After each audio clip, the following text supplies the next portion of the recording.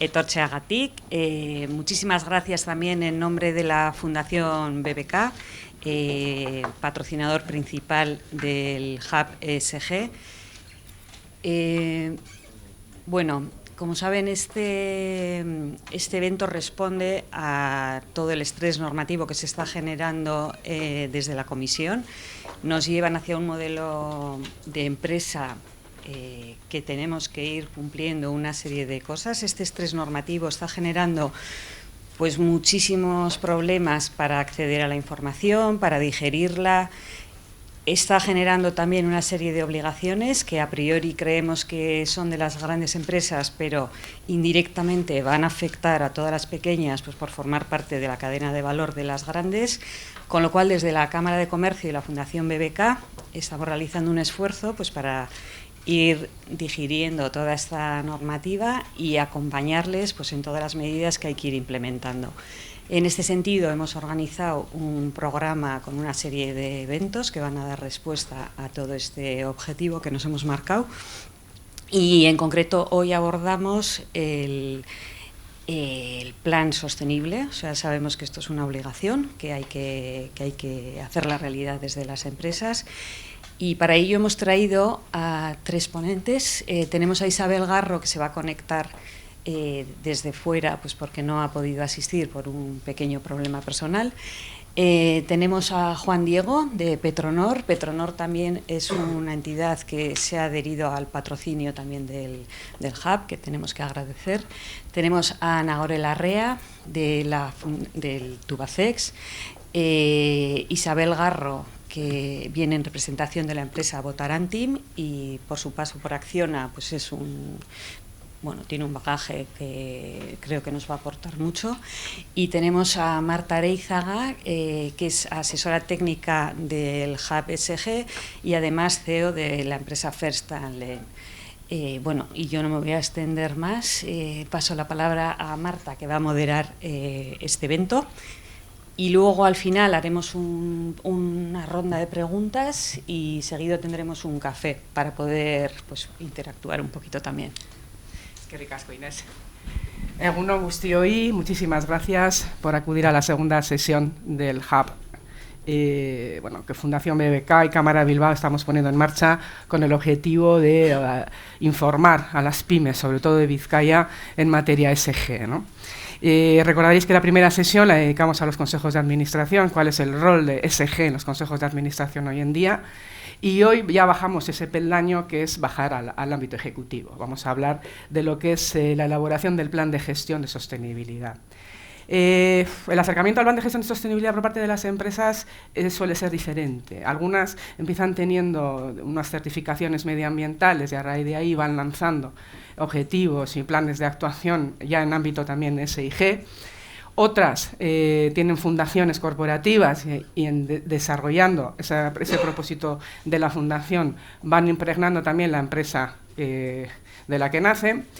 Y la casuística es muy variada, ¿no? Hay muchas empresas que no tienen aún plan ESG y no obstante sí es cierto que los ratings, que ya están, digamos, midiendo el comportamiento ESG de las empresas, están valorando que las empresas, las pymes al menos, tengan un plan de gestión en materia ESG a 2 años, ¿no? Con lo cual sí que es un tema interesante. Contamos hoy con 3 empresas líderes en la materia. Y ya sé que diréis, claro, es que estos son grandes, tienen recursos, bien, pero es que son referentes. Y yo creo que siempre tenemos que escuchar a los referentes, por eso os invito a que al final les hagáis muchas preguntas. Y además, como decía Inés, son tractores, es decir, tienen una cadena de valor de la que muchos de los que estamos aquí, o muchos como de nuestro tamaño, formamos parte. Con lo cual, en este aprendizaje compartido que estamos haciendo de qué es la ESG, vamos a hablar hoy de lo que es el plan de gestión. Pues eso, Tubacex, Petronor, Cementos Votarantim, la verdad es que son 3 sectores muy difíciles a la hora de medir los impactos medioambientales, los impactos sociales de su actuación, pero precisamente por eso es muy atractivo escucharles. A mí me gustaría empezar preguntándoos cómo empezasteis a tener un plan de gestión ESG en vuestra organización. A veces el plan de gestión es paralelo al plan de gestión ordinario y va lanzando objetivos, Y el objetivo último es que sea transversal, ¿no? Y que verdaderamente en un solo plan de gestión la organización tenga la ESG integrada, ¿no? ¿Qué pasos habéis ido dando vosotros que lleváis ya un tiempo y que sois un referente, ¿no? No sé si queréis empezar, Nagore, por ejemplo. Muy bien.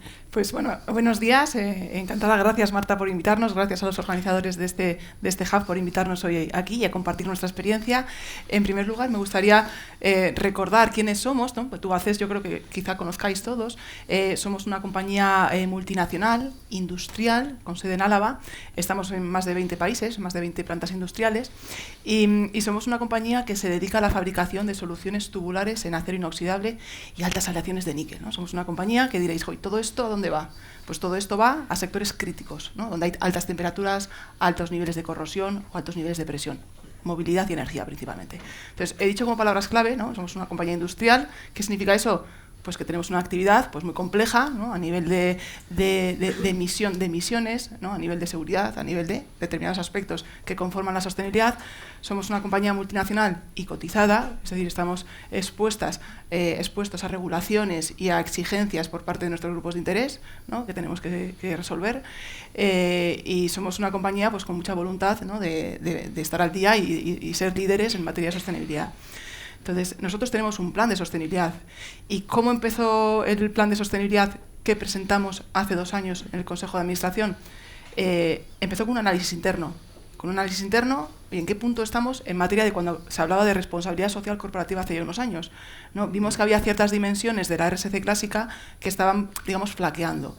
A continuación, además, luego complementamos ese análisis con encuestas de calidad, ¿no? Los FQM que conoceréis, la European Foundation for Quality Management, dentro de sus criterios, vimos que el criterio de sociedad o el criterio de medio ambiente estaban, bueno, pues que necesitábamos hacer acciones de mejora. Y con todo ello, en el 2016, constituimos la Fundación Tubacex, ¿no? Alineado con los ODS, que se habían lanzado poquito antes. Lanzamos una fundación pues, alineada con la estrategia, pero con mucho foco social interno y social externo. O sea, la sostenibilidad es mucho más, ya sabéis. Poco después, y ya voy cronológicamente, dimos un paso adelante y ya hicimos un plan de sostenibilidad, porque uno de los ejes del plan estratégico de Tubacex, que tiene 5 ejes, uno es la sostenibilidad, así entendida en su amplia dimensión, que si lo desgranamos, ¿no? Y entendemos qué es el plan de sostenibilidad, ahí ya entro yo, en un plan de gestión en materia de sostenibilidad, con 4 ejes que cubre todos los aspectos de la ESG, ¿no? A nivel ambiental, internamente, con acciones que impulsen la descarbonización de los procesos y la neutralidad, también con foco ambiental, el impulso de soluciones innovadoras para la transición energética, ¿no? Pues todo lo que se habla de hidrógeno, carbon capture, un montón de iniciativas más low carbon. En tercer lugar, personas, ¿no? Cuidar de nuestras personas y de nuestro entorno. Y ahí la fundación es una patita de ese eje. Y cuarto, la gobernanza, ¿no? Hacer las cosas con transparencia, de manera ética, control de riesgos, bueno, una serie de iniciativas que están dentro de ese ámbito. Y esto lo presentamos, como decía, en el Consejo de Administración a finales del 2022.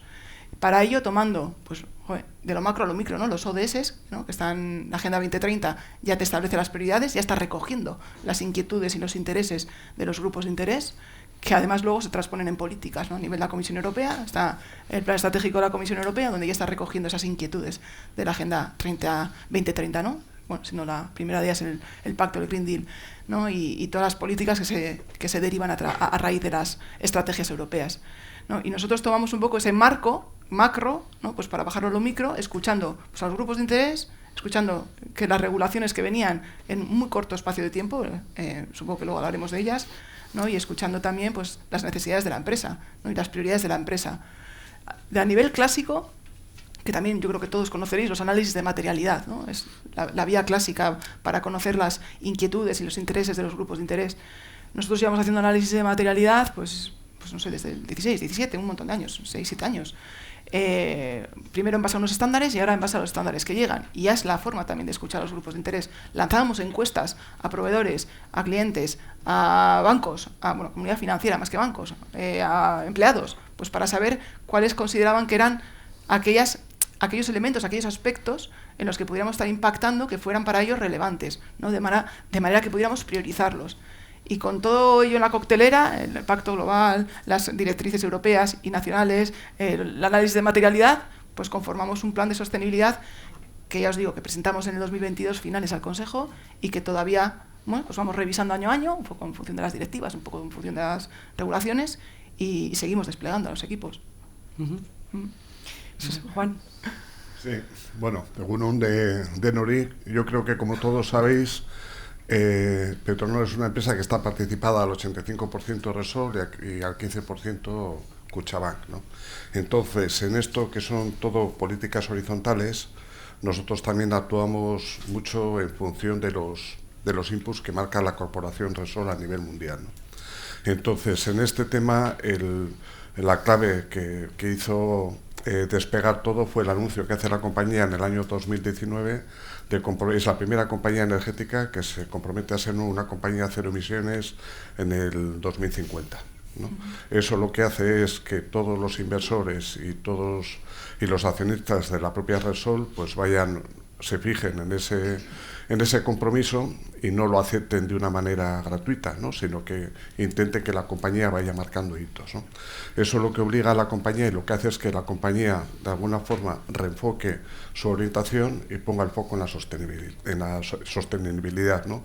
Intentando agrupar las acciones que hace y dando un contenido y un significado a todo lo que está haciendo también desde la perspectiva de sostenibilidad. En base a eso, desde el año 2022, la compañía, o sea, Repsol como tal, tiene un programa de sostenibilidad que es a 5 años y lo que hace es que todas las unidades o empresas, normalmente tienen unidades de producción, pero Petronor es una empresa independiente como tal, pero también tiene que tener su plan de sostenibilidad anual, ¿no? Que desarrolle ese programa.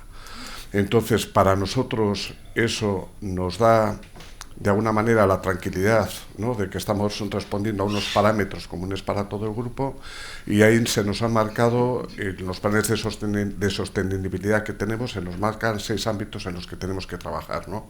Uno es el cambio climático, otro es el medio ambiente, innovación y tecnología, operación segura, personas, ética y transparencia. O sea, recoge todos los aspectos de la ESG y nos obliga también a vincular cada una de las acciones que comprometemos con alguno de los objetivos de la Agenda 2030, ¿no?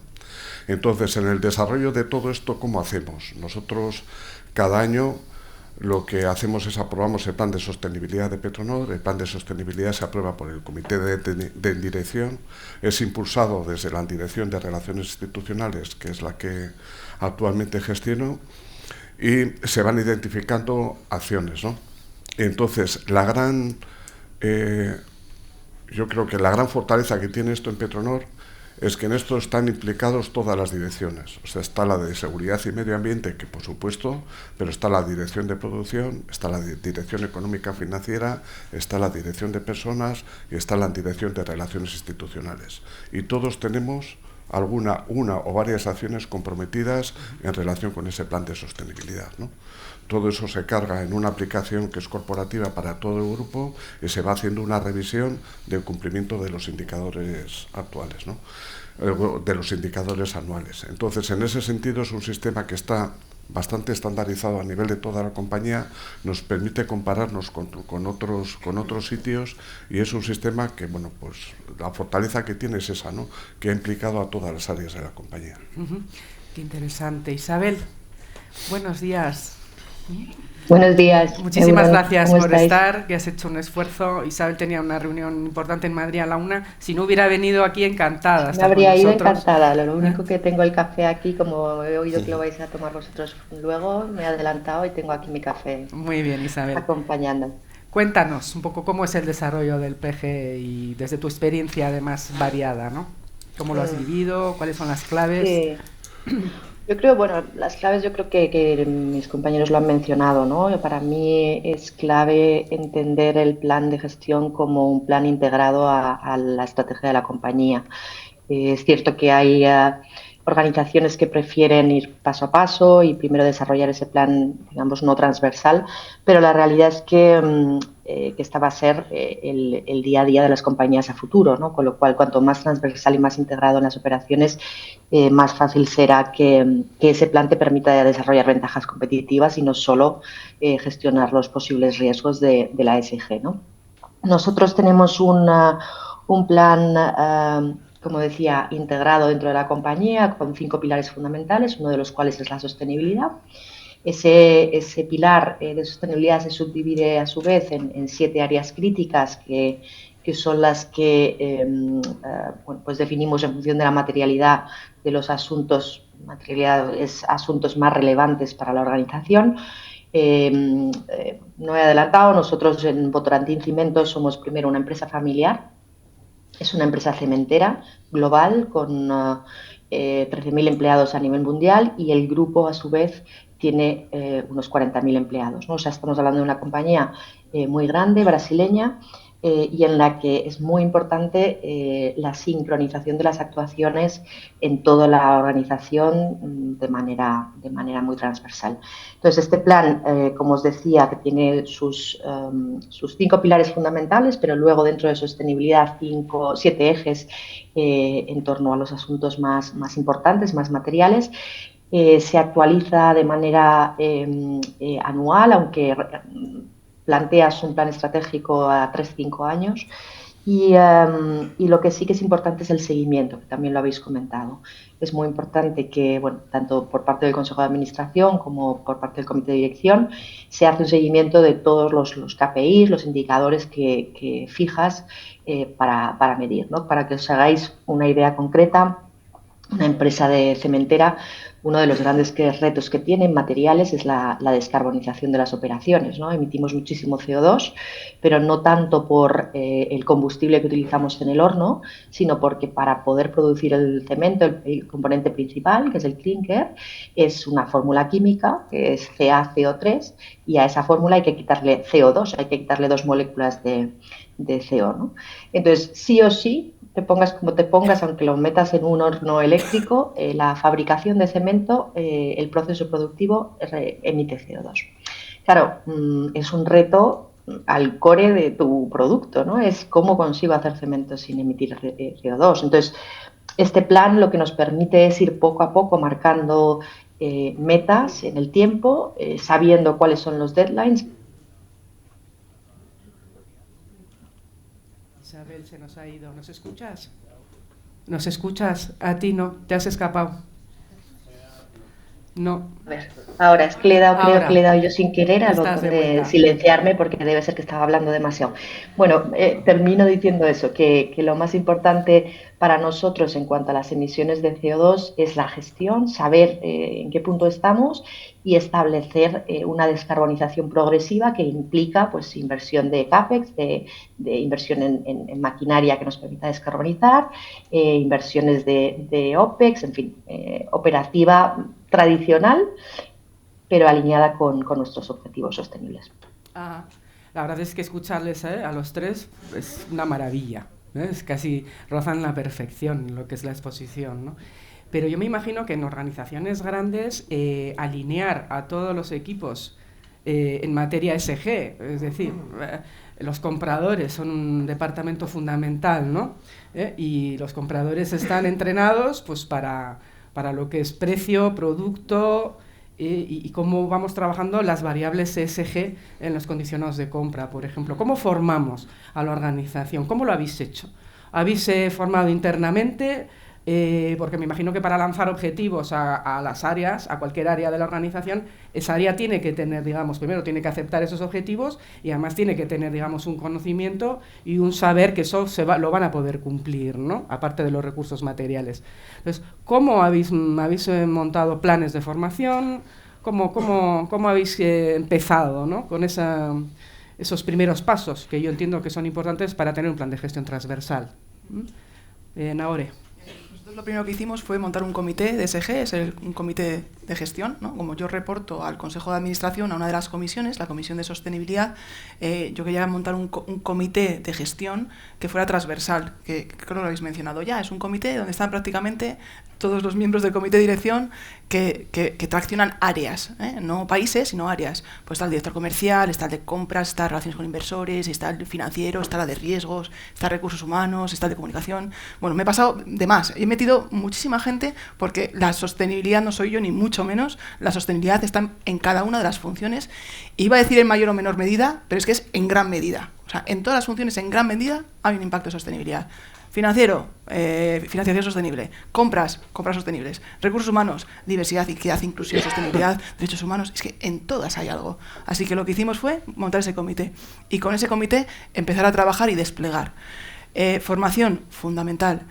Hasta hace poco nosotros pedíamos los indicadores para consolidar, ¿no? Somos una compañía cotizada, tenemos que reportar información consolidada y los compañeros en todas las plantas pues escupían los datos, ¿no? Ni siquiera sabían para qué eran esos datos. Venga, vatios, ¿cuántos kilovatios consumís de electricidad? Y te lo escupían, ¿no? Te lo decían. Y evidencia, una factura.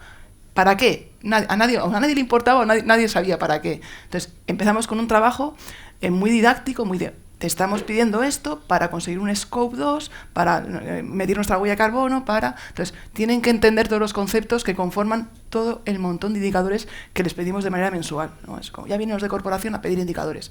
Pero que ellos entiendan que esos indicadores vienen, y doy un paso atrás, porque hay una regulación, porque somos cotizada, porque nos lo exigen, porque va a venir una directiva que es la CSRD, con unos estándares EFRAG, con los SRS, luego la CS3D, todos siglas que ellos tienen que entender cómo les va a aplicar y cómo les va a afectar, porque nos afecta a todos.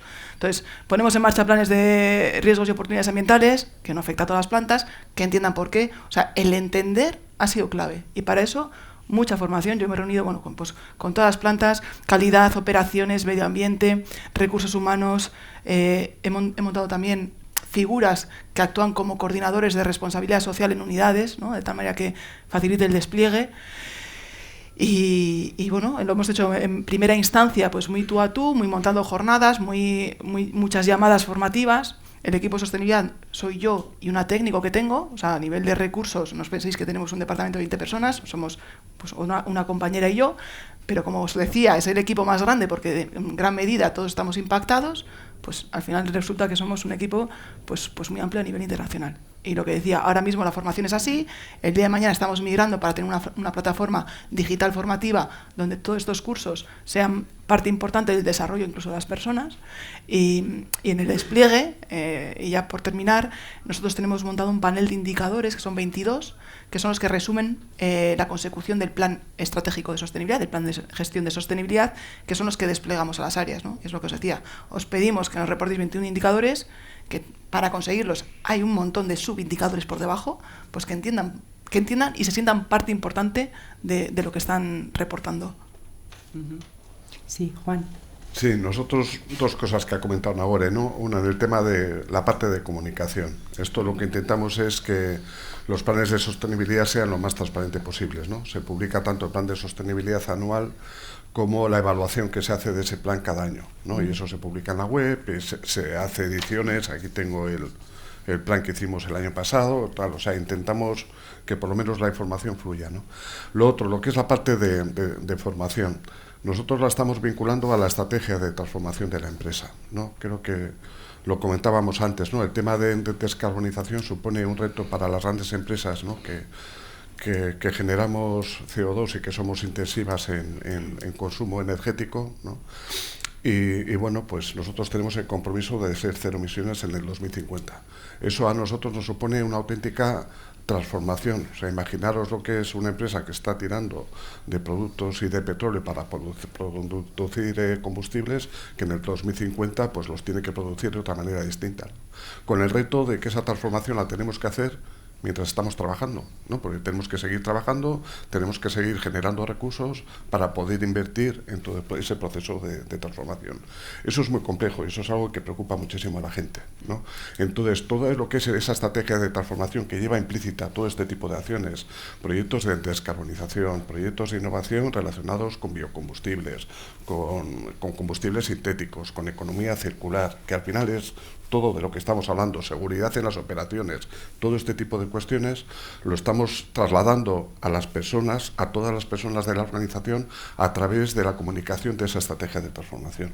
Eso lo estamos haciendo pues prácticamente en un año, los 1.000 trabajadores de Petronor están pasando por eso, se hace a través del equipo directivo, en sesiones de una mañana prácticamente de 4 horas, lo tienes que hacer bien, porque tienes que sacar operadores que están a la noche, buscar qué turno y tal, pero que lo que queremos es llegar a toda la gente, ¿no? Luego, una vez que ya tienen interiorizado eso, que eso genera también muchas incertidumbres en la gente, ¿no? Dice, bueno, pues ya tenemos una empresa que tiene una estrategia, sabemos los compromisos, sabemos los proyectos que tenemos, las inversiones que tenemos, luego ya todo eso le daremos la forma y ya lo envolveremos en un plan de sostenibilidad o de ESG cuando se aclare que es claramente qué es lo que tiene que ser eso, ¿no? Pero lo importante es que la gente sepa ahora que estamos en un proceso de transformación, que tenemos que hacer cosas, que la línea estratégica es la de ser sostenibles y cero emisiones en el 2050 y que todo supone una serie de proyectos a desarrollar, ¿no? Y eso es como lo estamos haciendo. Ajá, sí, Isabel, cuéntanos, a ver. Sí, o sea, bueno, no aporto nada muy nuevo, sí que quizá pondría un pelín el foco por añadir, aparte de lo que han comentado Nagore y Juan, en la línea de la innovación y la investigación, ¿no? En una compañía como Votorantim, claro, fabricar cemento, se lleva fabricando cemento desde la época de los romanos, o sea que no ha cambiado enormemente el proceso productivo. Es la primera vez en la que tenemos que pensar cómo fabricar este cemento sin emitir, ¿no? En el caso, me estoy centrando mucho en la parte medioambiental. Entonces, para nosotros, la formación, entre comillas, ha venido de la mano de la parte de investigación, porque en realidad sabemos lo que queremos conseguir, pero no tenemos ni idea de cómo conseguirlo, ¿no? Entonces, ha sido una formación en cuanto a, oye, ¿qué es descarbonizar? ¿Vale? Eliminar el CO2 del proceso productivo, pero yo tengo que tener a mis químicos y a mis geólogos y a todo mi equipo de ingenieros investigando para saber cómo poder terminar produciendo o generando ese producto que es el que será aceptado a futuro por la regulación, ¿no?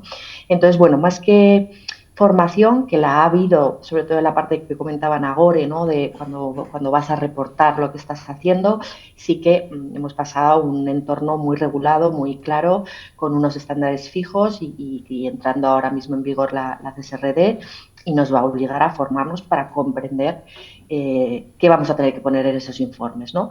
Pero yo, más que formación, desde el punto de vista, como decía antes, del plan de acción, ¿no? Del plan de actuación de ESG, para nosotros se ha centrado más en la acción dentro del negocio de transformación que también comentaba Juan, de tengo que cambiar todo y no sé cómo hacerlo, ¿no? No hay normas ahora mismo, la única es haz lo que quieras pero no emitas CO2, o haz lo que quieras pero con el 100% de seguridad.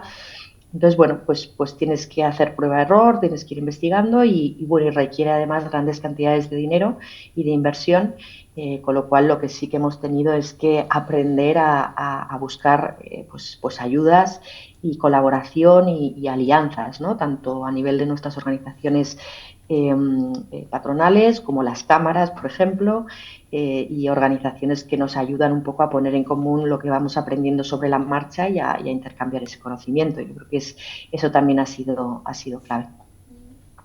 Sí, eso que comentas es algo que repetimos muchísimo en la Cámara, en la Comisión de Sostenibilidad, ¿no? El tema sectorial va a ser clave a la hora de superar escollos, a la hora de identificar esa materialidad diferente que tiene cada sector, de cómo ir superando esos indicadores, ¿no? Y yo creo que eso es también una llamada un poco a tener esa perspectiva, ¿no? Que no estamos solos, y que dentro de cada sector, ya sea desde las cámaras o desde las propias patronales, es donde se va dando pues más información y más acompañamiento, ¿no? Yo creo que también hay un tema importante en el tema de las alianzas, el tema de los proveedores, ¿no? Es decir, el tema de los proveedores, aparte de que toca a muchas pymes, ¿no? Que en este sentido pues no tienen los recursos que tenéis vosotros a la hora de tener planes de gestión, de inversiones y demás, y todo esto que estamos escuchando, esa transformación en vivo que estáis llevando a cabo, que es fascinante escucharos, ¿no? Desde el punto de vista empresarial, poder simultanear la actividad ordinaria, seguir dando resultados y además transformar cara a 2030-2050, ¿no? Entonces, cara a proveedores, ¿cómo estáis trabajando con ellos, ¿no? Es decir, Bruselas os pone a vosotros como empresas tractoras que tenéis que ir exigiendo, ¿no? A los proveedores esos comportamientos medioambientales, tanto para vuestras materias primas como para el comportamiento que tengan con sus trabajadores, el tema de los derechos humanos, que ayer mismo ha pasado por el Parlamento Europeo, y se le da ya el visto bueno a la directiva de debida diligencia, el tema de envases, es decir, estamos constantemente con una serie de requisitos que nuestros proveedores tienen que ir cumpliendo y que nosotros somos responsables, ¿no? ¿cómo enfocáis el trabajo con los proveedores? Porque los proveedores, yo un poco por lo que hablo, están un poco en general asustados, ¿no? Es decir, la que se nos viene encima y nosotros no tenemos... A veces no hay conocimiento, eso de entrada, pero luego tampoco hay recursos ni medios para adecuarse a esas exigencias, y además en este periodo de tiempo tan corto. Entonces, ¿vosotros cómo lo estáis trabajando o cómo creéis, cuáles creéis que serían los pasos que habría que dar pues para ir agilizando y para ir desarrollándolo, ¿no? Porque los plazos se nos echan encima. Nagore. Sí, nosotros, uno de los objetivos, de los principales, de los 9 que reportamos públicamente con las cuentas financieras, es el porcentaje de proveedores evaluados en sostenibilidad, ¿no? Y ese ha sido como nuestro primer paso, es evaluar a nuestros proveedores en materia de sostenibilidad, ya que hay temas de derechos humanos, ambiente, seguridad de salud, etc. Pero hasta ahora no estamos teniendo en cuenta, digamos, su performance en sostenibilidad a la hora de proceder a una compra, ¿no? Tenemos en cuenta factores de calidad, factores económicos, pero en materia de sostenibilidad evaluamos, por supuesto, hay puntos críticos. Si un proveedor está incumpliendo algo en materia de derechos humanos, pues se le manda un recordatorio. ¿Habéis contestado esta pregunta? ¿Nos podéis, por favor, dar más información de cómo habéis considerado esta respuesta? ¿No? Pero todavía no está, pero va a estar. O sea, las decisiones de compra van a tener sí o sí que tener criterios de sostenibilidad en consideración. ¿Por qué? Ya lo ha mencionado Marta, vienen las directivas que nosotros tenemos que traccionar a la cadena de suministro para nosotros también tener mejores resultados ambientales o mejores resultados. En concreto, la CSRD hay un estándar, que es el S2, si no me equivoco, que son los trabajadores de la cadena de suministro, dices, la cadena de valor. Y dices, joder, los trabajadores de la cadena de valor, ya con medir los indicadores de los nuestros, ¿no? Ya nos parece suficiente. Y dices, yo no sé si voy a tener que reportar aspectos relacionados con los trabajadores de mis proveedores, ¿no? Pero las cosas están ahí. La CSDD, la Directiva en materia de vida, diligencia ambiental y derechos humanos, pues también tenemos que evaluar en materia ambiental y derechos humanos a nuestros proveedores. No a todos, tenemos miles de proveedores. O sea, lo que estamos haciendo, además justo ahora hay un proyecto, es un proyecto de reenfocar los procesos de compras, los procesos de evaluación de proveedores, de tal manera que hay una clasificación de proveedores muy grandes, materias primas, ya has mencionado, muy grandes, que ya están presentando su comportamiento ambiental en ratings, ya hay información pública, tienen memorias, tienen que reportar, extraemos la información, y los proveedores pequeños pero importantes a los que tenemos que ayudar. O sea, y desde el punto de vista de ayudar, traccionar, para nosotros también presentar resultados, ¿no? Materias primas que ha mencionado Marta, para nosotros las materias primas es el porcentaje más alto, entre 6 y 7 materias primas, y hacemos un volumen de emisiones del Scope 3, del alcance 3, pues igual del 55%. Y después, pues esos 5 o 6 proveedores, pues esos 5 o 6 materias primas, tenemos que hacer lo posible para comprar el día de mañana con factores de emisión mucho más bajos. Ellos tienen que ayudarnos a reducir nuestras emisiones, porque si no, no vamos a ser capaces ni de cumplir con nuestros objetivos de reducción, que en nuestro caso tenemos validados por la ciencia hasta el 30 con los Science Based Target, con el SBTI, y también compromisos de net zero al 50. Y dices, ¿cómo? Es que es imposible. Si no nos ayudan los proveedores a cumplir nuestros objetivos y bueno, el día de mañana compensar lo que sea residual, es imposible. Sí, Juan. Sí, yo os voy a poner un ejemplo que igual, ¿no?, también tiene para comprender la relación que tenemos con los proveedores aquí, ¿no? Antes, cuando comentaba, ¿no?, que tenemos que hacer el proceso de transformación mientras estamos trabajando, un buen ejemplo es lo que nosotros denominamos las paradas, ¿no?, en Petronor. Las paradas es cuando una unidad de producción normalmente para cada 4 años, tienes que aprovechar para hacer todas las labores de mantenimiento. Esto pasa en todas las grandes empresas, acuden aquí un montón de gente, ¿no?, porque tienes que intentar que esa parada dure el menor tiempo posible, ¿no? La tienes que intentar acortar a 2 meses, porque al final esa unidad no está funcionando y no está generando ingresos, ¿no? Eso se aprovecha también para temas de eficiencia energética, reducción de emisiones de CO2, y en nuestro caso también para incorporar materiales bio a los combustibles que hacemos, ¿no?, que cada vez hoy en día tienen un 10%, pero cada vez se trata de utilizar menos petróleo y utilizar más componentes bio, ¿no? Entonces, para estas paradas se contratan pues unas 70, 80 empresas, ¿no? Y nosotros aquí lo que somos conscientes es de lo que suponemos en Euskadi y fundamentalmente en Vizcaya de tirón para las pymes vizcaínas industriales. Nosotros tenemos contratadas más o menos unas 70, 80 empresas industriales.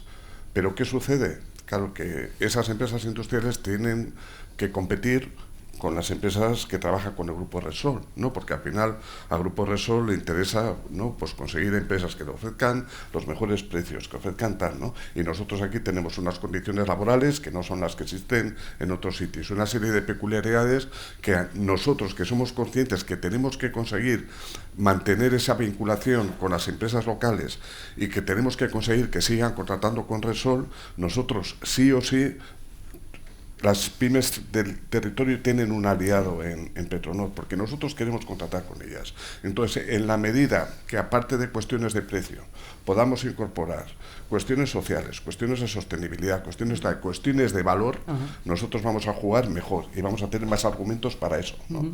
Entonces, es algo que tenemos que hacer. Estamos viendo ya cómo podemos coordinarnos con las pymes del territorio para ir avanzando en esta línea, pero tanto interés como pueden tener las pymes lo tenemos en Petronor porque entendemos que es una de nuestras funciones sociales, ¿no? Ajá, qué interesante, ¿no? Isabel, ¿qué nos cuentas? Sí, bueno, me resonaba mucho, ¿no?, lo que comentaba Juan, el tema de las paradas. En el caso de las cementeras es una vez al año normalmente para el horno, y cuando se detiene el horno hay que hacer todo, y cuanto más rápido mejor para, como decía Juan, minimizar, ¿no?, el impacto en la parte productiva. En nuestro caso, alcance 3, es decir, proveedores en la parte de emisiones, es ridículo comparado con nuestras emisiones de alcance 1, con lo cual ese no es un punto de batalla difícil, pero sí lo es en línea con lo que comentaba Juan, la seguridad, por ejemplo, ¿no? En esas paradas, efectivamente se incorporan a la planta gran cantidad de personas que nos ayudan a hacer el mantenimiento de esos hornos y de las instalaciones, etcétera, y tienes que garantizar la seguridad de todas esas personas que no están normalmente acostumbradas a trabajar en tu planta, ¿no? Para nosotros es el caballo de batalla, garantizar tanto la comunicación, la sincronización de los equipos de la propia planta con los proveedores, etcétera, para minimizar los riesgos que en instalaciones industriales, desgraciadamente, si ocurre algo suele ser de gravedad, ¿no? Ese elemento lo incorporamos a nivel estratégico, es un objetivo el número 1. Todas las plantas tienen, de hecho, carteles diarios con las indicaciones del número de accidentes que se pueden producir, etcétera, y se celebran de manera muy significativa. De hecho, mañana viernes hay uno de los congresos de safety, de seguridad. Se celebran todos aquellos años que has conseguido estar sin ningún tipo de fatalidad, ¿no? Porque al final, bueno, pues al ser una empresa familiar, cada persona que entra en tu casa es como parte de la familia.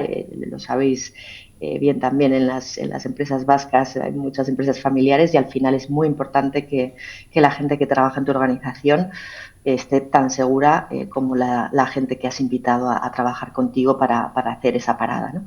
Ese para nosotros es un punto crítico.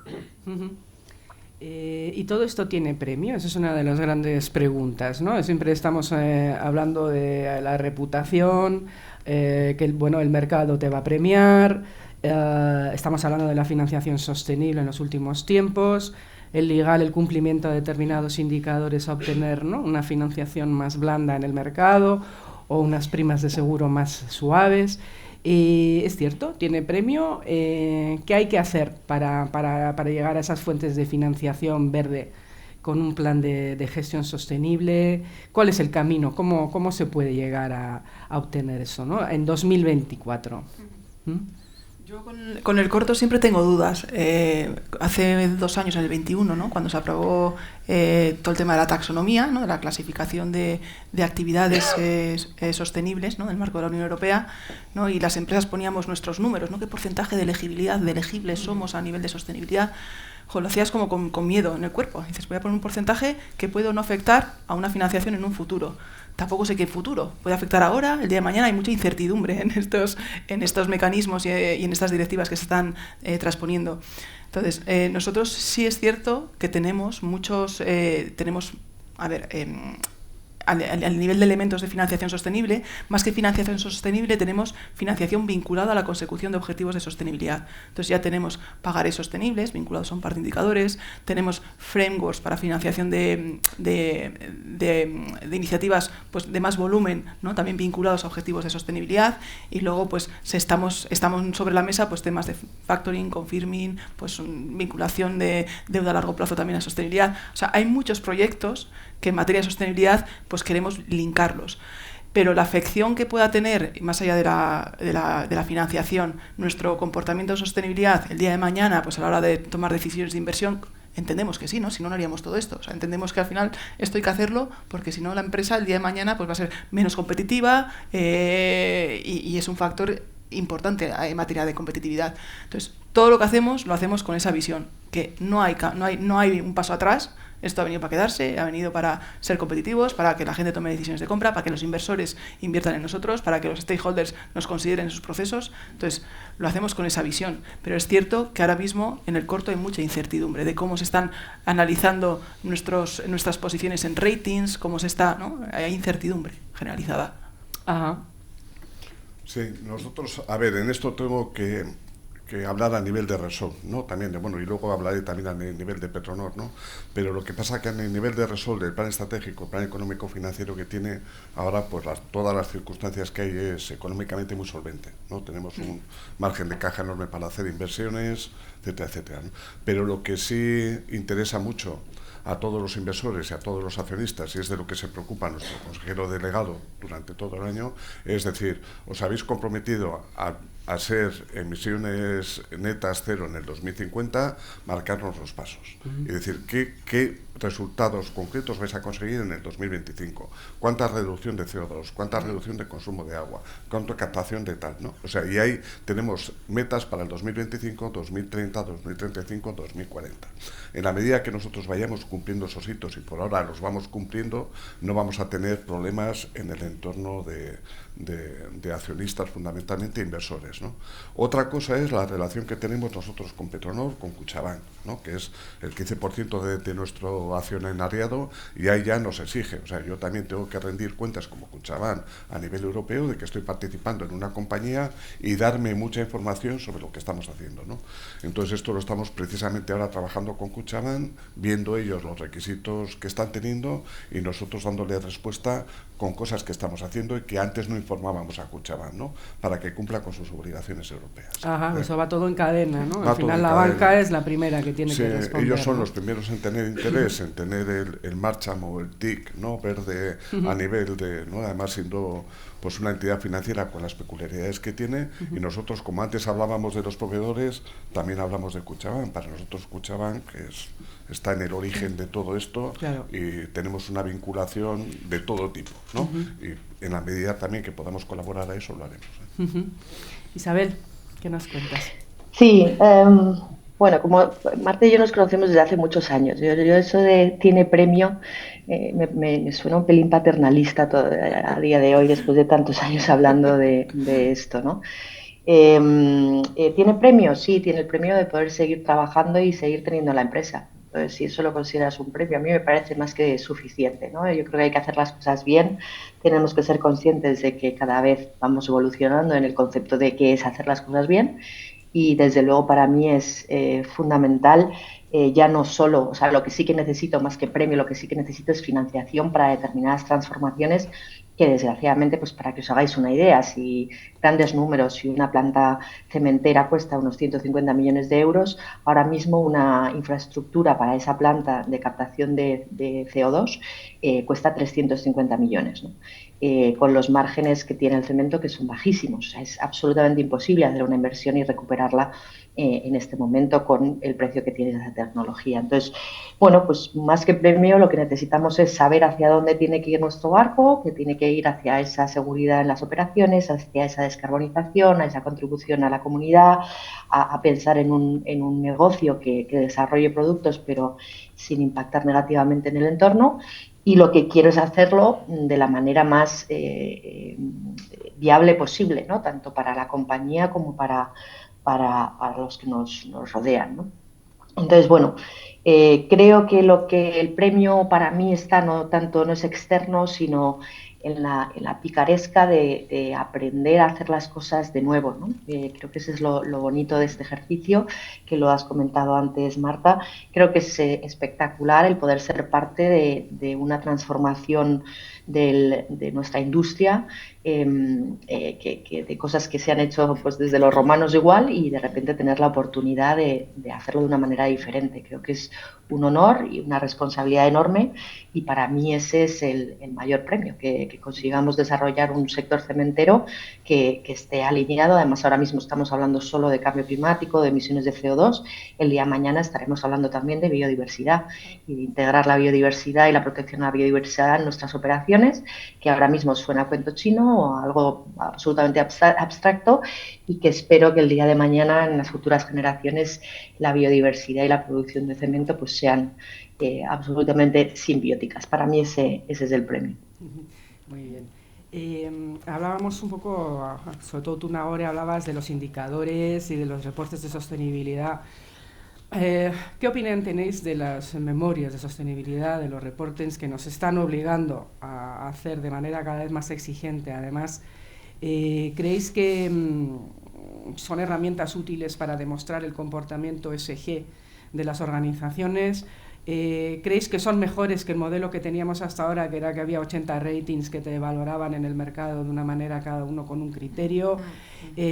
¿Hacia dónde creéis que tiene que ir esa medición del impacto, ¿no? Que son, al fin y al cabo, los reportes de sostenibilidad, que además lo que se dice es que van a acabar siendo reportes corporativos, es decir, ¿no? Que la sostenibilidad al final va a acabar siendo el reporte global de la compañía, ¿no? El comportamiento ESG. ¿Cómo valoráis que además estamos con la nueva directiva y con todos estos cambios, ¿no? Sí, a ver, qué gran pregunta, Marta. Bueno. No es fácil responder, porque yo como reportadora, ¿no?, y como persona que tiene que consolidar y enfrentarse a un reporte de estas dimensiones, es complejo, porque muchas veces tienes que incorporar indicadores que no son indicadores de gestión, son indicadores de reporting para el informe de sostenibilidad anual. No son, yo en el día a día hay indicadores que no estoy incorporando en mi gestión, en mi PDCA, que llamamos, en mi panel. Pero es cierto que si buscamos el día de mañana una homogeneidad, ¿no?, y poder tomar decisiones basadas en indicadores homogéneos, hay que tener unas reglas del juego homogéneas y hay que tener unos indicadores claros y similares en todas las compañías que estamos reportando. Y pongo ejemplos, sobre todo en sostenibilidad, hay indicadores, yo qué sé, brecha salarial, que los puedes calcular de tropecientas maneras. Entonces, ¿cómo haces un comparable? Si hay tantas maneras, ¿cómo tomas decisiones si un mismo indicador, cada compañía lo está reportando de una manera diferente, ¿no? O sea, yo creo que de los pocos indicadores que son homogéneos es el de frecuencia de accidentes, que ahí son las horas trabajadas, o sea, es un ABC, pero en otros puedes hacer que si voy a eliminar un término, que si el asterisco de no sé cuantitos, porque como tampoco se audita a un nivel como financiero, ¿no?, pues se hacen muchos muchos ajustes, ¿no?, los ajustes que las empresas consideran necesarios. Entonces, estos reportes, ¿hacia dónde van? Hacia darnos las reglas del juego para que todos podamos reportar de una misma manera homogénea y que los clientes y otros grupos de interés, bancos, demás, puedan tomar decisiones pues con más claridad y más transparencia. Entonces, sí. Yo creo que aquí todos tenemos que hacer los deberes, ¿no? Y las instituciones europeas también tienen que hacer los suyos, ¿no? Y entonces, en esto creo que tiene que haber una regulación muy clara y estable. Aquí no podemos estar cambiando de regulación en esto cada 2 o cada 3 años, cambiando indicadores o cambiando modelos de reporting, porque es que nos vamos a acabar todos locos, ¿no? Y sobre todo eso es muy importante para un tema que comentabais antes, ¿no? ¿Qué indicación damos a los proveedores nosotros, ¿no? Si tenemos que contribuir todos, lo mejor es que estemos con unos parámetros que sean estables, que sean sostenibles en el tiempo y que sepamos que podamos planificar nuestras actividades para cumplirlos y para ir mejorando esos indicadores. Y no podemos estar cambiando todo el tiempo. Y eso Europa lo ha hecho bien en el pasado, ¿no? Cuando estábamos con las normas de calidad o con las normas de TFQM, sí hemos ido a unos parámetros estables que han estado en vigor durante 15, durante 20 años. Eso ha ayudado a las empresas a mejorar. No se trata de fiscalidad, de fiscalizar a las empresas. Se trata de ayudar a las empresas, a las grandes, a las medianas y a las pequeñas, a que mejoremos, a que vayamos por esta senda y vamos consiguiendo objetivos, ¿no? Entonces eso me parece fundamental, porque es que Estamos acostumbrados a leer regulación europea, pero es que es tan prolífica en este tema que al final no sabes qué es lo que tienes que hacer, ¿no? Y no puedes transmitir a las pymes y a las empresas con las que trabajas nada, ni a los trabajadores tampoco nada claro, ¿no? Entonces, insisto en que creo que tenemos que hacer todos nuestros deberes, y la regulación europea también tiene que ser más sostenible en este sentido, ¿no? Que yo creo que lo es poco.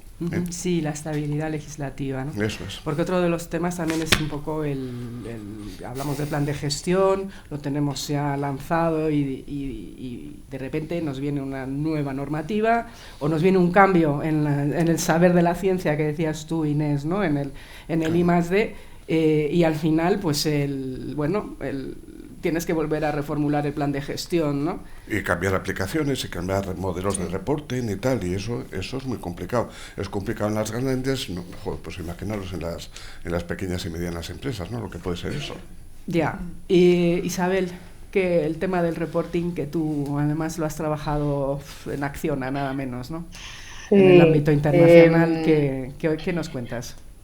A ver, yo creo primero que gran parte del modelo actual de reporte está enfocado al inversor, luego al que tenemos y queremos que culpar por la cantidad prolífica de indicadores es más al inversor que otra cosa. En cuanto a la parte de materialidad financiera, ¿no? Que es donde se está centrando ahora gran parte del reporte para determinadas áreas del mundo. En el caso de Europa, como apuntaba Juan, es verdad que la doble materialidad nos obliga a reportar también sobre aspectos de impacto, que no son solo de carácter financiero. Mi reto está en que estas herramientas se conviertan en una vía para gestionar, ¿no? Lo que hemos dicho de que haya una combinación, una simbiosis o como lo queramos llamar entre el plan de gestión y la hora de reportar, y que el reporte no sea más que un ejercicio automatizado y que refleje lo que estamos consiguiendo, ¿no? En ese sentido, pues estoy de acuerdo que los cambios, bamboleos de ahora medimos esto, ahora lo otro, no ayudan.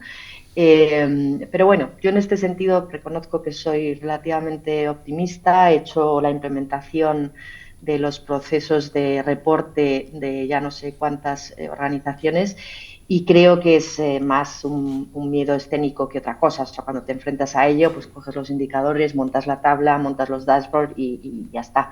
Lo complejo quizá es luego, habéis dicho, armonizar las métricas, el que todo el mundo reporte en un sistema determinado, los costes que eso implican y demás. Yo creo que ahí el margen que se le ha dado a las pymes para que hagan ese ejercicio de reporte va a ayudar, y creo que organizaciones como la Cámara, por ejemplo, y otras, el Pacto Mundial y demás, pueden ayudar a estas organizaciones más pequeñas a que tengan herramientas más o menos gratuitas para poder hacer ese ejercicio de reporte. Lo que sí que creo que es importante es que tenemos que quedarnos en la cabeza que a partir de ahora hay determinadas formas de hacer negocio que no van a ser válidas, y yo creo que eso es con lo que por lo menos yo me quedo, ¿no?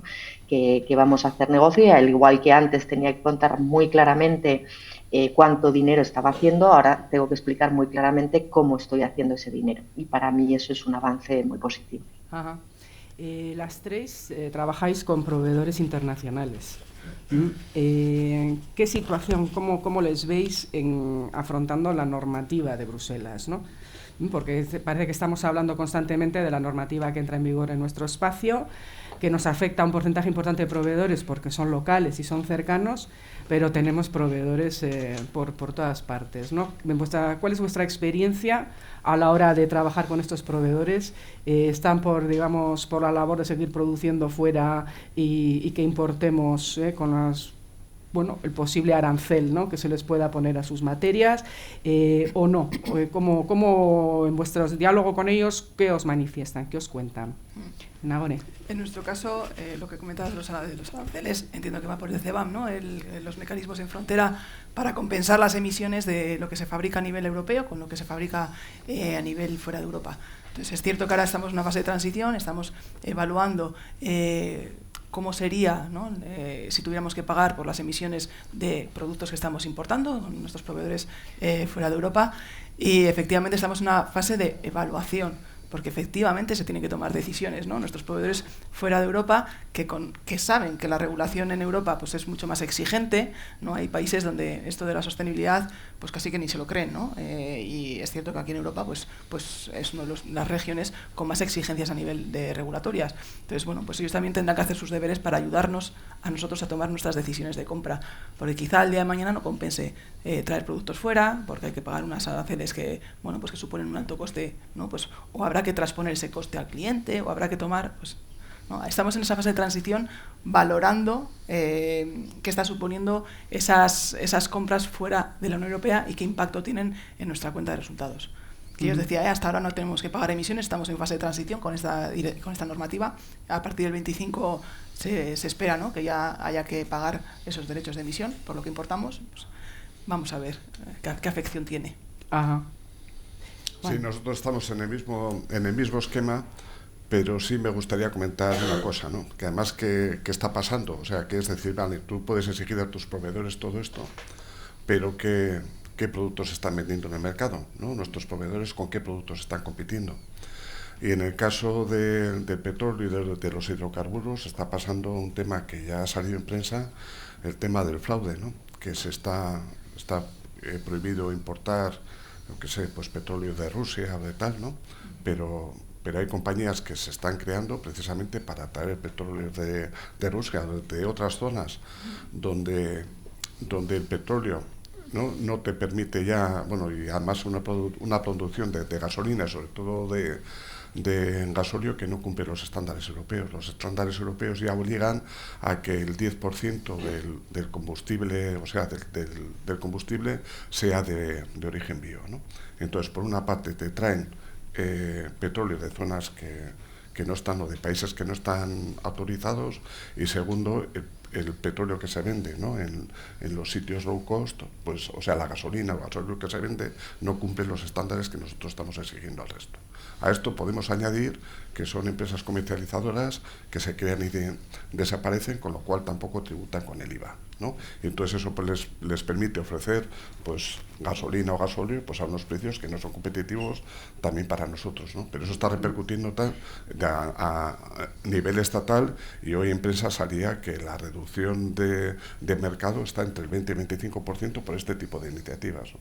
Entonces está muy bien lo que nosotros exijamos a nuestros proveedores, este tipo de estándares, pero también es muy importante la vigilancia del mercado para que todo funcione de una manera equitativa, ¿no? Ajá. Uh-huh. Sí, Isabel. Sí, yo iba a comentar, a traer un poco el ejemplo nuestro, que es, claro, somos una empresa brasileña. En Brasil el marco regulativo no ha llegado en materia de descarbonización, por ejemplo.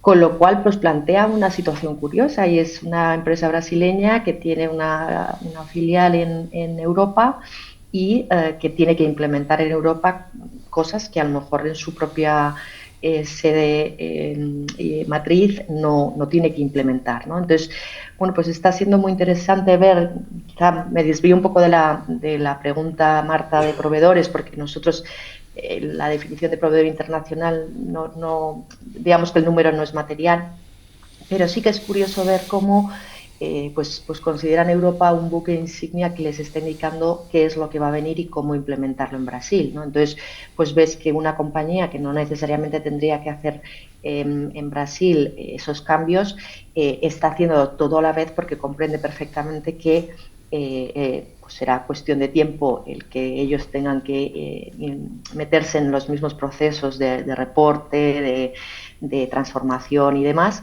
y que puedes desarrollar una ventaja competitiva si eres el primero que lo hace en el mercado, ¿no?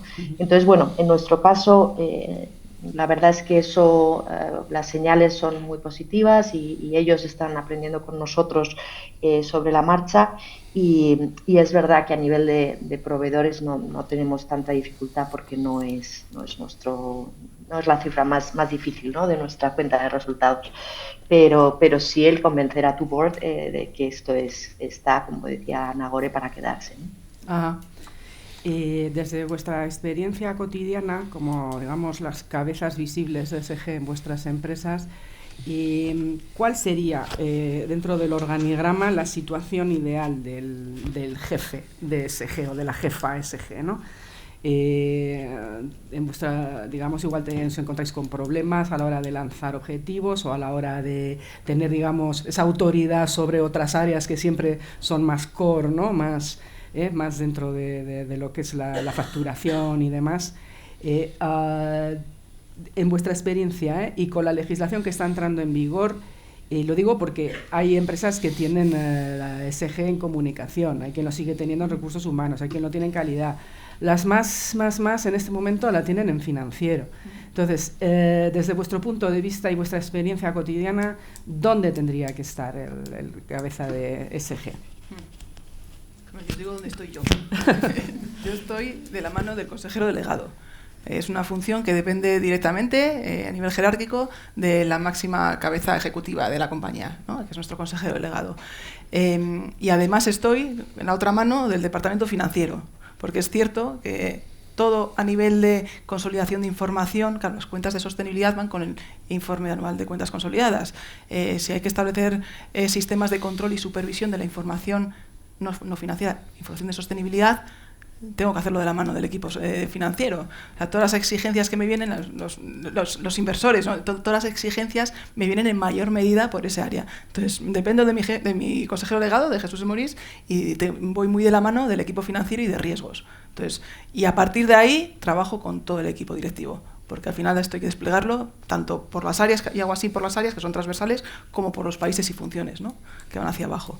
Entonces, además, en mi caso, y he comentado al principio, a mí me supervisan, la función de sostenibilidad está supervisada por una comisión específica del Consejo de Administración, o sea que ahí habéis también la relevancia, que en un Consejo de Administración hay una comisión específica, con su presidenta, que de manera trimestral, en mi caso, pues supervisan y controlan pues todas las iniciativas que estamos llevando a cabo en materia de sostenibilidad. Así que esa es mi foto, y es cierto que hay muchos departamentos de sostenibilidad que están integrados o dependen del equipo financiero. Y nosotros hace poco, en un grupo que tenemos de directores de sostenibilidad y de Investors Relations, ¿no? Pues alguien hacía la pregunta, oye, ¿en vuestras empresas está integrado o no?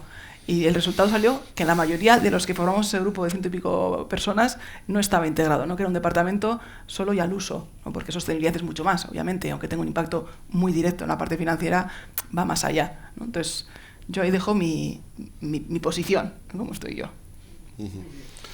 Nosotros lo importante es que está integrado en el comité de dirección, ¿no? Luego ya que lo lleve la dirección de sostenibilidad y medio ambiente, la lleve, como es en este caso, la de desarrollo de negocio y relaciones institucionales, o la lleve la económica financiera, pues bueno, pues al final son decisiones que toma la empresa, ¿no? Pero es muy importante que esté integrado en el comité de dirección para que toda la política sea una política transversal. Es muy importante que, como ese comité de dirección está presidido por el consejero, un delegado, cuando se aprueba un plan de sostenibilidad o la evaluación, el propio consejero delegado esté implicado en todo eso. Es muy importante, como dice Nagore, que haya una comisión de sostenibilidad en el Consejo de Administración, que también en este caso no solo hay en Petronor, sino también en Repsol. Y es muy importante, y estoy totalmente de acuerdo, la implicación, la colaboración o la complicidad con el Departamento Económico Financiero, ¿no? Al final el Departamento Económico Financiero es el que va presentando los informes al Consejo de Administración, que los consejeros leen con muchísimo detalle, va preparando las memorias anuales, ¿no? El cómo integramos en ese elemento, ¿no? de reporting de gestión todos estos temas de una manera natural y que no parezca que es un añadido al final, es muy importante, ¿no? Y ese me parece que es un reto, y que nos acostumbremos a leer eso con la misma importancia que tienen los resultados de un balance o las ventas en los primeros 3 meses, ¿no? Y eso solo se puede hacer con la complicidad del Departamento Económico Financiero. Bueno, pues yo, por meter ahí un poco de diversidad, creo que no debería existir directamente la función, ¿no? Creo que debería estar integrado, como lo es, ¿no? en nuestra compañía, en algunas áreas. Por ejemplo, toda la parte de descarbonización no la lidero yo, porque soy economista, yo no sé de descarbonizar una molécula, ¿no? Entonces, toda la parte de descarbonización se gestiona directamente desde el departamento de producción, ¿no? El de operaciones. Son ellos los que lideran este tema, ¿no? La parte de seguridad es directamente recursos humanos el que lidera eso. Yo, digamos, aunque espero que no me escuchen mucho, yo estoy un poco como el director de orquesta para garantizar que vamos todos en un mismo sentido y para que estar en la parte más de tendencias, de qué está llegando, porque como decíamos antes, los cambios son muchos y hay que estar muy atento a esas transformaciones. Pero si yo tuviera que decir algo, creo que a futuro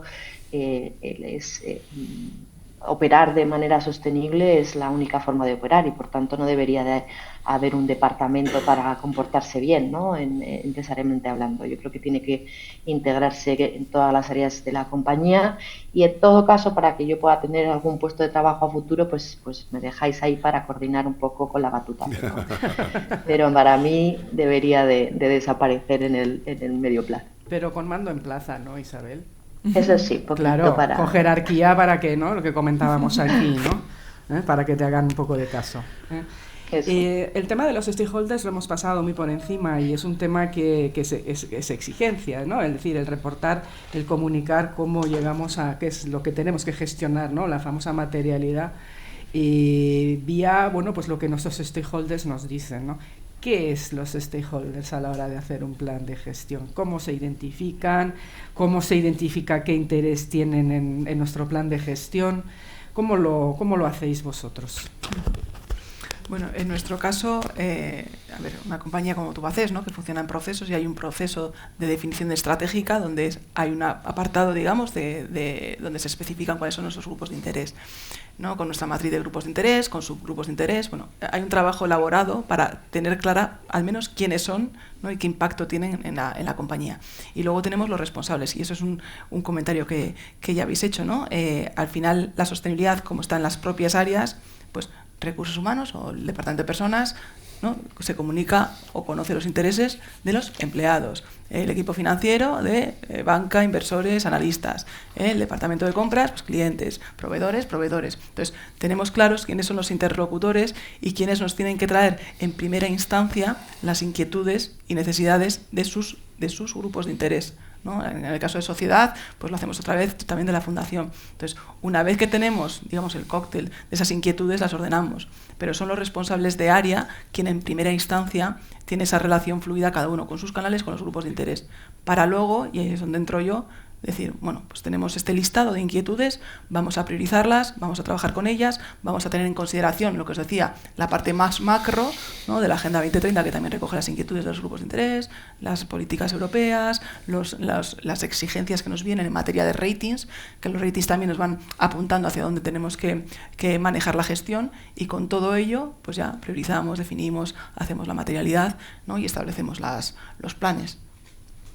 ¿Y cada cuánto tenéis, digamos, anual? Este proceso es anual, ¿no? Yo lo reviso anual. Sí. Ajá. Sí. Sí. Sí, yo con los stakeholders, pues bueno, pues tanto con accionistas como trabajadores y tales, la práctica habitual. Yo sí comentaría dos aspectos que pueden ser peculiares y que pueden ser interesantes. Uno es el de las administraciones públicas, que nos estamos dando cuenta que en este tema de la transición energética tenemos que hacer muchísima pedagogía y explicar muy bien las cosas, lo que estamos haciendo y tal, para que se comprenda, porque hay mucho ruido y bastante desinformación. Y a veces nos sorprende cuando vienen, pues yo qué sé, comisiones parlamentarias o administraciones a visitar la refinería, les contamos todo eso y dicen, joder, pues qué bien, ¿no? Pero todavía nos hace falta allí mucha pedagogía y contar y recontar las cosas. Ese es un tema muy importante. Y el otro tema que yo creo que es una peculiaridad que tiene Petronor y tiene Petronor dentro de todo el grupo, es que nosotros nos tomamos muy en serio los stakeholders locales. Nosotros influimos, es una refinería que son 200.000 metros cuadrados, el otro día estuvo Inés allí, ¿no? Y que tocamos, no sabe si el pueblo de Musquis está en la refinería o la refinería está en el pueblo, porque estamos pegados, nos separa simplemente una carretera. Y eso nos pasa con Abanto y nos pasa con Ciervana, ¿no? En total estamos hablando de 15.000 habitantes. Y entonces nosotros en eso, en una estrategia que se definió hace muchos años, hemos hecho una cosa que no se hace en ninguna otra unidad del grupo Resol, que es decir, en vez de diseñar temas de responsabilidad social, programas que los haces extensivos en el territorio, por todo el territorio, nosotros al revés decimos, vamos a focalizarnos en estos 3 municipios y vamos a hacer de todo. y vamos a tomar contacto con las agencias culturales, con el deporte escolar, con el tema de montaña, con temas de reforestación, con temas de enfermedades, con temas de desigualdades sociales y tal. Y ahí entramos a saco. Tenemos relación casi con 150 asociaciones del entorno y hemos permeabilizado el tejido del entorno a unos niveles que yo no conozco, yo no llevo mucho tiempo, pero el efecto que se ha producido en los municipios del entorno es que el nivel de asociacionismo que hay y de iniciativas que hay desde la propia población comparado con cualquier otra comarca en Vizcaya se han multiplicado. Nosotros entendemos que la gente se relacione, que esté haciendo cosas, que hagan proyectos conjuntos y tal, eso contribuye a la calidad de vida del entorno, ¿no? Porque cada vez eso parece que es más difícil, ¿no? Y ese es nuestro objetivo social. Y para nosotros, con esos stakeholders, los cuidamos tanto, no tanto como Kutxabank, que la cuidamos muchísimo, pero con otros muchos, ¿no? Con otro tipo de accionistas, y para nosotros es la clave. Claro, es cohesión territorial. Es, al final, ¿no? Y es desarrollo sostenible del territorio, porque ahí sí que tocas un montón de ODS y ayudas a un montón de cosas y tal, ¿no? Y para nosotros es clave, es una prueba que además podemos medir, medimos, vemos cómo repercute, y el feedback es continuo con ellos. Sí, ¿no? yo doy fe porque además lo tenéis muy bien contado en la memoria. Os invito a que lo leáis porque clave, es sorprendente, ¿no? Además, ¿no? Sí, porque cuando Resol nos dice, no, pero yo he sacado el programa contra la pobreza energética y tal, y lo lanzas de manera general, ¿no? Pues si nosotros es que ayudamos hasta, yo qué sé, hasta asociaciones, lo que sea, de cross infantil, sobre todo fijándonos mucho en los niños, en las niñas, en las educaciones STEM, o sea, en la educación en valores, o sea, tocamos muchísimas cosas que el entorno nuestro pueda decir, joder, pues mira, como entorno estamos orgullosos de lo que hacemos en este entorno, y esto lo hacemos en colaboración con Petronor, ¿no? Sí, la idea de generar riqueza entera, no solo en un vector, en desarrollo, ¿no? Sostenible entero, ¿no? En todos esos aspectos muy importantes. Isabel, ¿qué nos cuentas? A ver. Pues bueno, de nuevo resueno bastante con lo que han comentado mis compañeros. Quizá el único aporte adicional que hemos incorporado recientemente es bueno, sobre todo que ahora que me he incorporado bueno, ocurre lo mismo, ¿no? Al final tú tienes una planta, la tienes en una localidad determinada, los trabajadores que trabajan en esa planta viven en el pueblo que está en esa localización, y por tanto las actividades que realizas, pues desde, no sé, ayudar a la asociación de jubilados, es que los jubilados han estado trabajando en tu planta, ¿no? Entonces al final es parte de esa familia que forma que crea, ¿no? un complejo industrial, pues al final crea una familia en torno a esa institución o esa organización. Lo que sí que estamos intentando hacer es incorporar además a esa lógica el enfoque regenerativo, que es intentar comprender en esa localidad determinada cuáles son las necesidades específicas que tiene la región, que ya no son siempre las que te piden los actores y los stakeholders de la zona, sino también un análisis un pelín más técnico de todas las claves, desde clave medioambiental, clave social, etcétera. De manera que cuando pones en marcha un plan específico de actuación, puedas decir que cuando te vayas de allí vas a dejar esa región mejor de lo que estaba, ¿no? Regenerada, o vas a devolver a esa región algunas de las cosas que a lo mejor se han podido degenerar. Puede que no sea necesariamente durante tu estancia o por consecuencia de tus acciones, sino por el paso del tiempo, etcétera. Y bueno, pues eso te obliga a hacer análisis desde un punto de vista de tanto renta per cápita, qué factores o qué elementos de la biodiversidad hay en esa región, qué, no sé, nivel de educación hay, cuánto fracaso escolar hay, cuánto emprendimiento, etcétera, etcétera, de manera que los programas que pongas en marcha respondan realmente a la necesidad de esa localidad, ¿no? Eso no te garantiza nunca el éxito, pero sí por lo menos te divierte y te da un poco el orgullo de pertenecer a ese sitio, ¿no? Y el poder aportar como un ciudadano más, ¿no? Importante, sí. Nos quedan unos pocos minutos, es vuestro tiempo. Si tenéis preguntas, que yo me imagino que sí, porque creo que tenemos aquí a 3 personas a las que preguntar. Bueno, pues desde... el micro. aprovechar un poco la oportunidad de poder hacerles preguntas. Ahí al fondo tenemos una.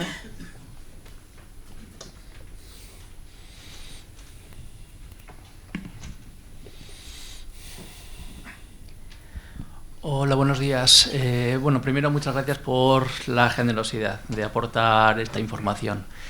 A ver, el tema de los ESGs al final está un poquito descompensado en el sentido de que llevamos 20 años desarrollando sistemas de control, digamos, del tema medioambiental, pero sin embargo el tema social y sobre todo el tema de establecimiento de procedimientos compliance, pues a lo mejor es un poquito más reciente. El tema de RSC sí estaba implantado, pero el tema de los derechos humanos lo complicó un poco todo. Mi pregunta es, de toda esta implantación del sistema, ¿qué más os ha costado? La implantación del tema social, pero no solamente tema de riesgos o de accidentes o de mejora del control interno del trabajador, sino a nivel social, por ejemplo, con los stakeholders o con las plantas que podéis tener fuera de España, o la implantación de procedimientos compliance para la buena gobernanza. Y luego, si puede ser otra pregunta, ¿qué ha costado más, la implantación o el mantenimiento? ¿La lanzas las dos preguntas a los tres? Sí. Pues como queráis, el turno de... Igual Isabel, que te hemos dejado siempre la última y parecía que tenías ya todo respondido. Empiezas ahora, a ver, cuéntanos. Bueno, en nuestro caso yo creo que lo más difícil, lo comenté al principio, ha sido en la parte de acción real, porque es que es muy difícil cambiar y transformar un negocio que lleva siempre haciéndose de una determinada manera, ¿no? Entonces, creo que lo más complejo para nosotros ha sido la transformación de los procesos productivos, el establecimiento, por ejemplo, de procesos internos, de control interno para hacer la trazabilidad del dato. Hablaba ayer justo en una reunión, digo, es que deberíamos de quitar el término sostenibilidad porque hay mucha gente que le sigue sonando a pájaros y flores. Entonces deberíamos llamarlo un nombre diferente para que la gente entienda que esto es gestión empresarial, punto. Y es gestión empresarial de aspectos que afectan a un negocio.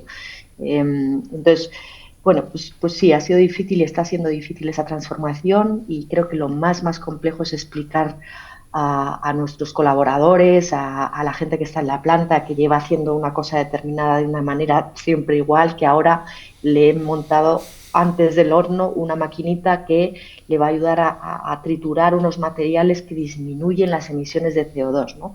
Esas explicaciones, el contar el porqué, el explicar ese proceso que sí que requiere formación y demás, o sea, la acción real, la transformación real de la empresa, creo que es lo que más tiempo lleva, es lo más satisfactorio, pero es lo más complejo para mí.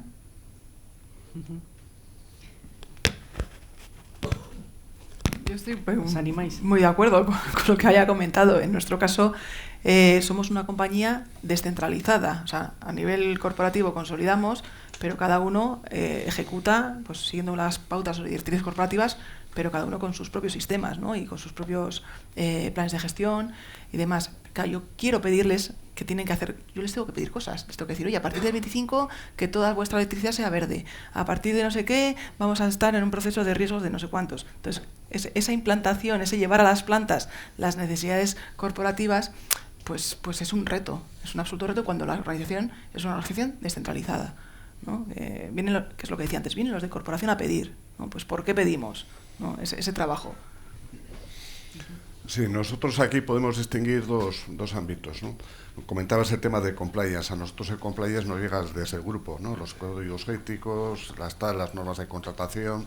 Entonces ahí relativamente no nos ha costado más esfuerzo que el que cumplirlo, ¿no? Cosas que nos hayan supuesto esfuerzo, lo que os comentaba antes, ¿no? El esfuerzo con los trabajadores y con el personal, que más de 1.000 personas de Petronor, de explicarles qué es lo que estamos haciendo, cuáles son los objetivos que tenemos, y que aparte de sentirse parte del proceso y contribuir a él, pues les dé una determinada tranquilidad, ¿no? Porque todo esto genera mucha inquietud. Y lo otro tiene que ver con lo que estaba comentando Isabel, ¿no? Que claro, nosotros también estamos en un proceso de inversiones enorme. Vamos a invertir pues 800 millones en los próximos 4 años, ¿no? Pero vamos a invertir en tecnologías de hidrógeno, de combustibles sintéticos, de biocombustibles, de economía circular, etcétera, etcétera, ¿no? Por ejemplo, la planta que vamos a hacer en el puerto de Bilbao, ¿no? Que es una planta para producir combustibles sintéticos, que esos vienen de la captura de CO2, ¿no? con hidrógeno, ¿no? Y eso va a servir para descarbonizar el transporte aéreo, el transporte marítimo, que es muy importante, ¿no? Pero fijaros, son 120 millones en una planta piloto, o sea, no es una planta de producción, es simplemente para ver si el producto que sacamos ahí de combustible sintético dentro de 2 años vale para los motores de aviación y vale para los motores de tal. Y eso estamos colaborando con las empresas, ¿no? Entonces, el mayor riesgo, o sea, la mayor dificultad es identificar los proyectos, aceptar con los proyectos y luego ya ejecutarlos. Y no estamos apostando, poniendo todos los huevos en una sola tecnología, la de hidrógeno, que estamos intentando tirar también del corredor vasco del hidrógeno. Tenemos que tantear distintas tecnologías con socios ya que tengan conocimiento en estos temas e intentar probarlas aquí. Y encima en un grupo que es Repsol, que estamos intentando que las cosas se hagan también aquí en Euskadi, ¿no? De hecho, somos la única refinería que captura CO2, somos la única refinería que tiene un proyecto en el tema de combustibles sintéticos y estamos liderando el corredor del hidrógeno y todo eso por intentar que las cosas pasen aquí, ¿no? Esa es la mayor dificultad que tenemos o el mayor reto que tenemos, ¿no? Acertar en eso, ¿eh? Sí, a ver, aquí. El micro. Bueno, yo personalmente primero quería dar las gracias por toda la información que habéis compartido con nosotros. Y bueno, yo tengo varias preguntas, pero voy a empezar en orden, que luego también igual hay más gente que quiere preguntar cosas. Pero bueno, en primer lugar, en torno a la heterogeneidad que hay en los criterios ESG, yo sí que sé que hay distintos modelos que igual pues tienden a ser más utilizados y luego indicadores clave, pero claro, son súper básicos y de ahí se pueden extender, pues bueno, muchísimo, más allá luego de las formas de medir cada indicador, ¿no? Entonces, ¿cómo gestionáis eso? ¿Y hay algún tipo de modelo que priorizáis y en base a qué? Porque al final también entiendo que igual depende del tipo de empresa, pues encajan más un tipo de modelo que otro. Más allá luego de las dificultades que implica pues para comparar o cogerlo con otras empresas, ¿no? Pero a nivel interno, ¿cómo gestionáis eso? Isabel.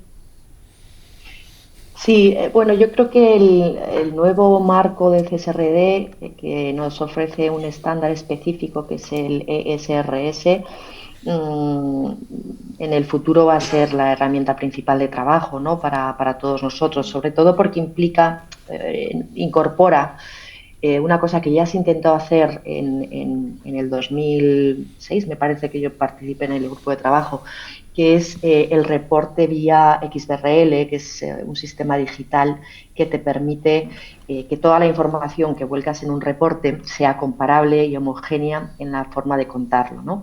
Eso va a permitir a los inversores poder trazar toda la información de empresas comparables, comparar el dato y tomar decisiones de inversión. Es un antes y un después, la verdad, en la historia del reporte no financiero, y dado que estamos todos obligados a reportar bajo ese estándar, mi sensación es que la heterogeneidad va a desaparecer y vamos a ir todos a un mismo camino. Otra cosa es cuando operas a nivel internacional, como es nuestro caso, en el que los modelos a aplicar, por ejemplo, en el mercado brasileño va a ser el IFRS, y entonces pues tendremos que estar publicando por un lado IFRS, por otro lado en el mercado europeo el CSRD, y tendremos que intentar garantizar que haya la máxima homogeneidad posible en esos estándares y establecer... sobre todo para que haya economía de escala, porque si no es un poco locura, ¿no? Pero bueno, mi respuesta es esa. Creo que el CSRD y el nuevo estándar internacional IFRS han marcado ya un futuro claro en este sentido. Si queréis añadir algo más, o tenemos un par de preguntas también por aquí. Teníamos aquí y allí, ¿verdad?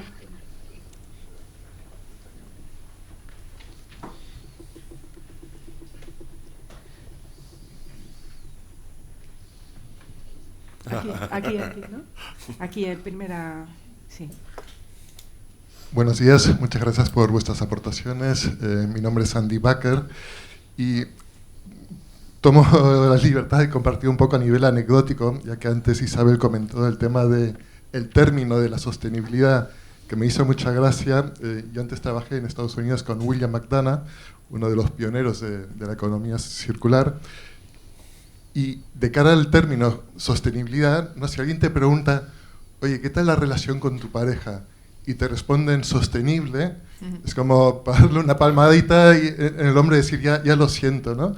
O sea, muchas veces cuando hablamos de sostenibilidad, es como cómo reducimos los impactos negativos y nos olvidamos de cómo podemos también intentar maximizar los impactos positivos, ¿no? Que ahí también, Isabel, estabas comentando, ¿no? Tema de ecosistemas y tal, y bueno, eso me resuena mucho. De cara a la pregunta en sí, hoy en día que todo el mundo está hablando mucho de la inteligencia artificial, o sea, en este campo hay mucho tema de datos, información. ¿Estáis empezando o mirando cómo podéis integrar esta tecnología incipiente en vuestros procesos, para dar más sentido y sacar beneficio de alguna forma? Muchas gracias. Gracias. ¿Quién quiere aquí responder? Sí, nosotros lo estamos integrando en los procesos de refino, ¿no? Y de producción. Entonces tenemos algún proyecto de inteligencia artificial. Nosotros muchos de los productos que sacamos, ¿no? Son combinaciones, aquellos como un gran laboratorio. Tú vas combinando distintos inputs de producto para sacar un producto final. Pero eso depende también mucho de la cantidad de producto que tienes en cada caso, en función de lo que te va llegando, pues por los barcos, por distintas cosas, ¿no? Entonces ya tenemos unos algoritmos desarrollados, ¿no? Para que en lugar de que sea el operador el que decide cuál es la combinación más idónea para sacar el producto más rentable en un determinado momento, te diga, con estos que tienes, la combinación más idónea para sacar este producto que era el más rentable en el mercado es este. Para ese tipo de cosas estamos utilizando la inteligencia artificial. El campo es enorme, porque nosotros todo lo que sea optimizar, ¿no? Las materias primas que nos llegan en relación con el resultado de toda la serie de productos que tenemos en función del precio que tienen en el mercado en ese momento y los márgenes que tenemos, eso con la inteligencia artificial es fantástico. Y teníamos una última pregunta por allí y ya cerramos el acto, que nos vamos de hora. Allí.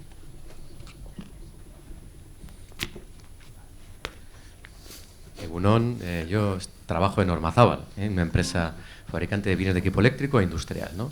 Habéis hablado antes del impacto en la cadena de proveedores o en los proveedores internacionales. Y yo quería preguntarle a Nagore, por ser una empresa, digamos, similar, ¿no? Aunque el producto sea distinto, ¿cuál es el impacto que tiene la ultrarregulación europea en la competitividad internacional? Es decir, cuando tú quieres vender tus productos en Asia o en Latinoamérica o viceversa, cuando te encuentras en Europa con competidores de estas áreas geográficas que vienen a vender sus productos aquí y conociendo también los déficits que hay en la vigilancia del mercado europeo, ¿no? En el corto plazo, ¿no? Porque entendemos que a largo plazo esto va a ser positivo, pero en el corto medio plazo, ¿qué impacto tiene esto, ¿no? Esto es una pregunta que nos suelen hacer nuestros comités de dirección. Esto es obligatorio, ya lo sabemos que es obligatorio, pero nos ofrece más ventajas o más inconvenientes cuando nos encontramos en esta situación competitiva. Muchas gracias. Yo creo que estamos justo en ese punto, ¿no? De efectivamente qué impacto va a tener a nivel de posible traslación en precios del impacto en sostenibilidad, de lo que a nosotros va a suponer comprar más caro pero más sostenible, ¿no? Materias primas, de lo que nos va a suponer comprar, ¿no? Entonces, esas decisiones yo creo que están ahora mismo sobre la mesa porque estamos en esa fase ya de transición. Pero lo he mencionado antes, o sea, ya no hay marcha atrás. O sea, de alguna manera tendremos que convertir esto en una oportunidad para poder ser competitivos, a pesar de, y conociendo que va a tener un impacto en costes, porque ya lo tenemos. Es que el área de sostenibilidad ahora mismo es el área estrella de la compañía, ¿no? Porque siempre estamos pidiendo dinero, pidiendo personas, pidiendo todo. Entonces, tenemos que trasladarlo de alguna manera y ver efectivamente si todos lo hacemos, o sea, si todos trasladamos al final ese coste en sostenibilidad, llegará un punto en el que todos tengamos que jugar con las mismas reglas del juego. O sea, no sé si respondo a es una pregunta difícil. Estoy intentando contestártela de la manera más políticamente correcta. Muy bien, pues nada. Inés, por acabar con una anécdota. He recordado cuando has preguntado lo de la inteligencia artificial. El otro día estuvo aquí el consejero delegado de Repsol, José Joan Imaz, y tuvo una conferencia en la biblioteca de Barreta, y le hicieron esta misma pregunta. Y el ejemplo que puso él es el del pan que vende Repsol en las gasolineras, ¿no? Y dijo, bueno, pues nosotros lo que hemos hecho ha sido recabar todo el dato, ¿no?, en cada sitio, cuándo se vende el pan, cuándo se compra el pan, cuándo no sé qué, cuándo no sé cuántos y tal, a la mañana, a la noche, quién viene y tal, ¿no? Y simplemente con la explotación de ese dato no hemos aumentado el 20% la venta de pan en las gasolineras nuestras. Ese es otro ejemplo, ¿no? A partir de ahí le llaman el panadero, ¿no? Dice que en vez de tener una refinería tiene una panadería, ¿no? Pero es verdad, o sea, que es que tiene muchas aplicaciones, ¿no? En la medida que dispones de información que puedas combinar, tiene muchas aplicaciones, ¿eh? Muchísimas gracias, ¿no?, a los tres. Yo creo que se merecen un aplauso.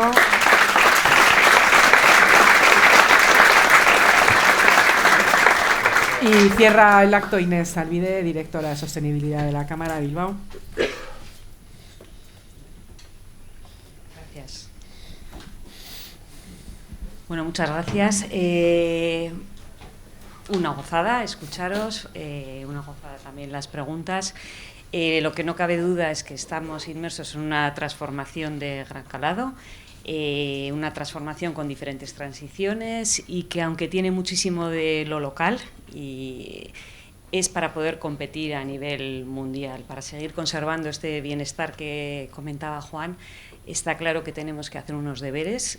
Nosotros desde el Hub nos vamos a seguir esforzando por daros respuesta al qué y al cómo, porque realmente las entidades que estamos apoyando el Hub, lo que sí tenemos claro es el premio. El premio este que nos decía Isabel es la mejora de la competitividad del territorio, y sobre todo si somos capaces de integrar de manera sistemática la sostenibilidad en todos los modelos de gestión, que coincido con Isabel en que esto no debe de ser una dirección aislada de las empresas, sino que se trata de empezar a meter, pues como lo hemos hecho antes con la calidad, con la innovación, se trata de implementar la sostenibilidad en nuestros modelos de gestión y avanzar hacia unos modelos de negocio pues que tienen algo de disruptivo en algunas organizaciones, como comenta Isabel, a nivel de producto, a nivel de procesos, pero creemos que merece la pena. Hay que anticiparse, pues porque esto nos va a suponer una mejora competitiva.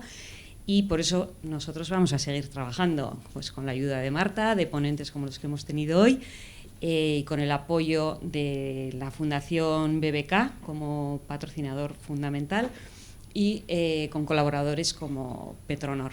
Agradeceros a todos que hayáis llegado hasta aquí y a seguir avanzando con nosotros en toda la programación que tenemos ya definida.